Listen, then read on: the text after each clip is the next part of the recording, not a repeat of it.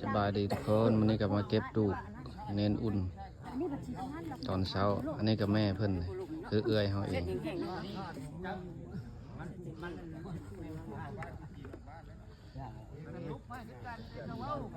วันนี้มาบ่ทัน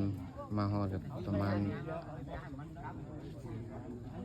2 ทุ่มกว่าเมื่อวานนี่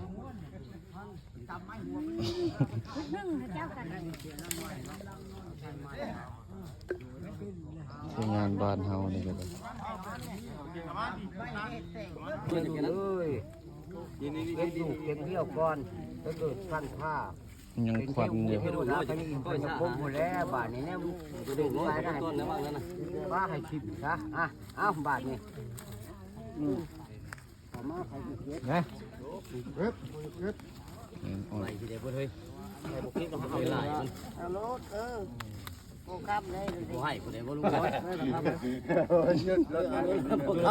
น็อตยิบตีรถไถข่อยละไปแล้วอย่าเลี้ยงว่านั่นที่ดอกแล้วเอาไว้แล้วบ่ให้ ว่าจะตัวแล้วใส่แล้วให้ไว้หลายแล้วเอาพอสมควรแล้วไม่ให้เพิ่นเฮ็ดปฏิทินปล่อยเพิ่นนะไม่ยังนี่เหลืองบาทจะเป็นทองคำสื่อเนาะเป็นเชื่อก็น้ำมันประกายว่าน้ำคอยเป็นคนเลี้ยงคำโมเมนต์ของอื่นยานั้นน่ะจับบ่ได้น้ำหอมยังไม่ได้หด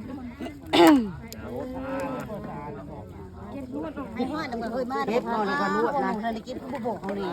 เอาก็มาเก็บได้ไหมแม่ยังบ่ได้เล็บน่ะแม่เนี่ยคือรถก่อนนี่มา